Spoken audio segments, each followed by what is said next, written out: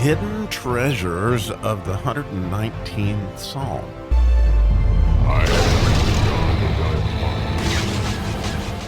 Oh, I never had, or maybe I have had so much fun being afflicted, but this is particularly fun as we're in verse 107 of the 119th Psalm today, and it is the third verse in the Nun section.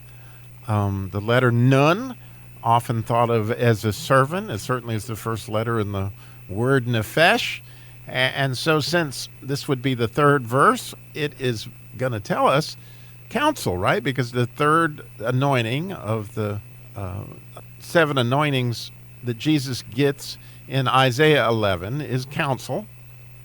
And it's amazing to me how these always line up so well with those anointings. And so here we're going to get the counsel for our souls. So here you go. It says, and it reads in English, I am afflicted very much. Quicken me, O Lord, according unto thy word. And I can't help but just note that yesterday when I realized the mistake that I had made, I was afflicted very much, and I very much needed to be quickened. And the interesting thing, when you look at that word, afflicted, in Hebrew, clearly it starts with a nun, is the idea here, is every verse in this section of the nun is going to start with that letter. But the idea of afflicted is you got this servant, or the nefesh.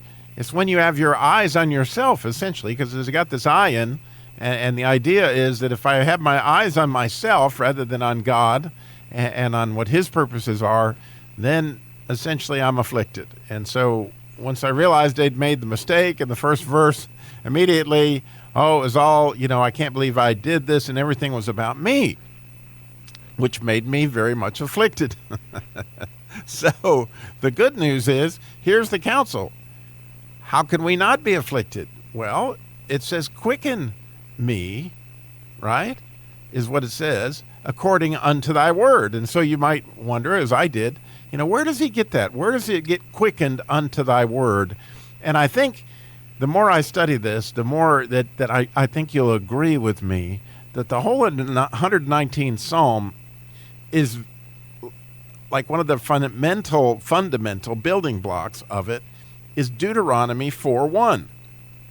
In Deuteronomy 4:1, we can see where we're going to get quickened, because the way that word quickened is spelled in Hebrew is the same thing as live, L-I-V-E, live. So when you read Deuteronomy 4:1, I think you can see this is according unto thy word. This is where we hear these same words time and again during the 119th Psalm.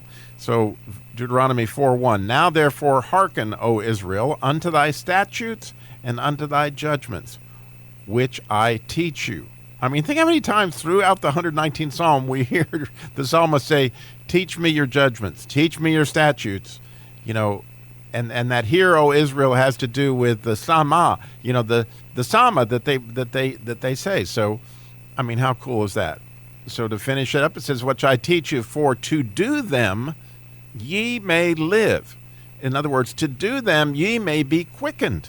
And one of the things that I really have been blessed in studying with different rabbis that are Jewish is to get the idea that what they believe about what God's commandments, I think may be misunderstood at times, that it's all about performance, when really what it's about is, from their perspective, when you are doing a mitzvah, when you are doing one of these commandments, one of these judgments, one of these statutes, one of these hukum, that when you are in the process of that, you are literally connected with God.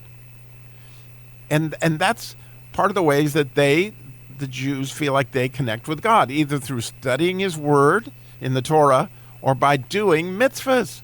Well, by doing mitzvahs, they feel like that's where they get connected with God. Well, think about it.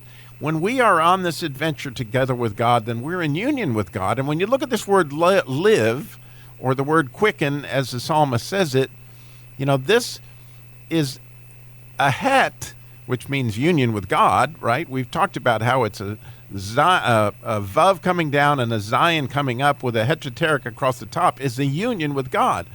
And then the yud, which is, this idea of the hand of God, which is united to God.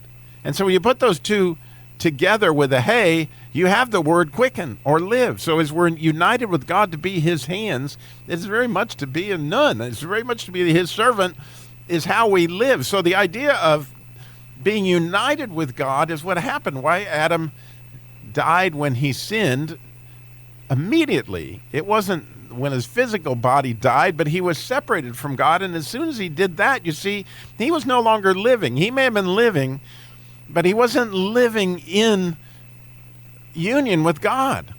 And so when you think about the idea of when have I been doing something that I knew were within his commandments or knew where I was serving him, and I was on this adventure with him where I felt like I touched him and like I was connected with him and I was quickened.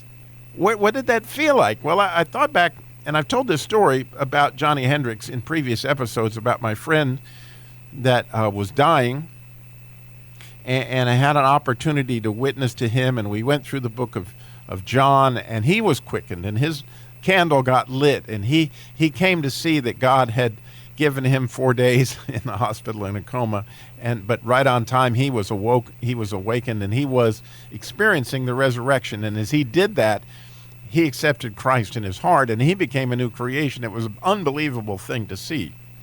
Well, as a result, again, at the time, I was a car salesman and by no means a preacher. But based on what had happened and my opportunity to witness to Johnny, I was asked to speak at his funeral.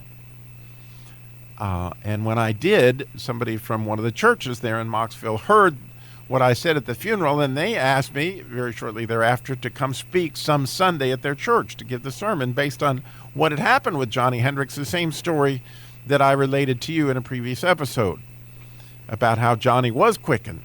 Okay, so as I get up to tell this story about Johnny that day, and the church was relatively full for the size church it was. It probably had about 300 people, I would guess, that morning in worship.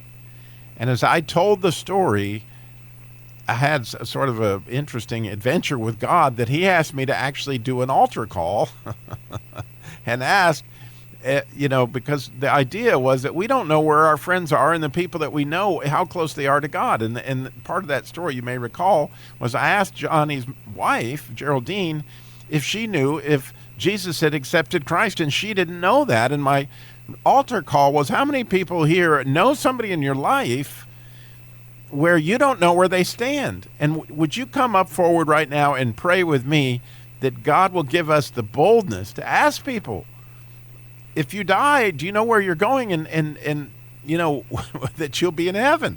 Because this is going to be a vital question, right? Someday you're going to know that your friend might be in a bad way, and you want to know where they are. And interestingly, that day, talk about being quickened and feel like that I was in union with God.